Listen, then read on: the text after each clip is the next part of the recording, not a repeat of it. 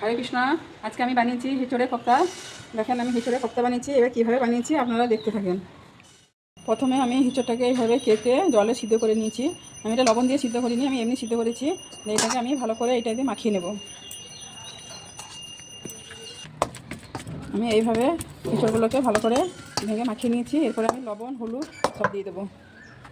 আমি এতে 1 চামচ লবণ দিয়ে দিলাম, 1 চামচ হলুদ দিয়ে দিলাম, 1 চামচ লঙ্কার গুঁড়ো দিয়ে দিলাম, 1 চামচ ধনে গুঁড়ো দিয়ে দিলাম। আমি এবারে বেসন দিয়ে দেবো পরিমাণ মতন। এটাকে আমি এবারে মাখিয়ে নেব ভালো করে। সামান্য আর একটু আদা বাটা দেবো এতে। এই যে আমি এখানে আদা বাটা রেখেছি রান্নার জন্য, এখানে একটু সামান্য দিয়ে দেবো আদা বাটা, যাতে পকোড়াটা ভালো করে সেন্টটা হয়।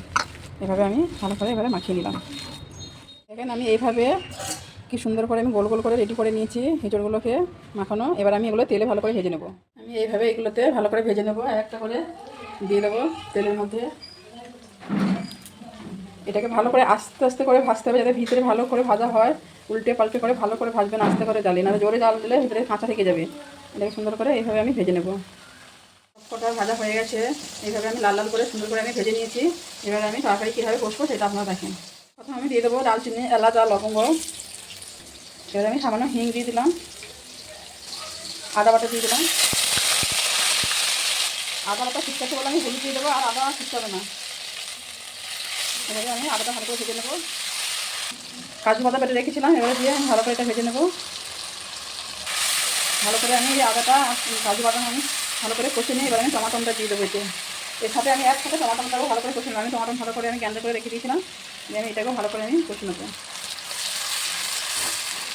লঙ্কা গুঁড়ো দিয়ে দিলাম,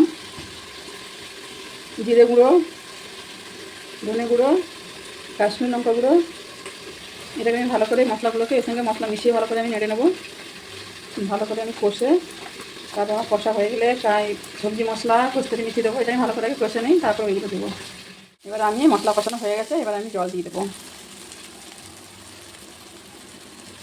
আমি পরিমাণ মতন জল দিয়ে দেবো।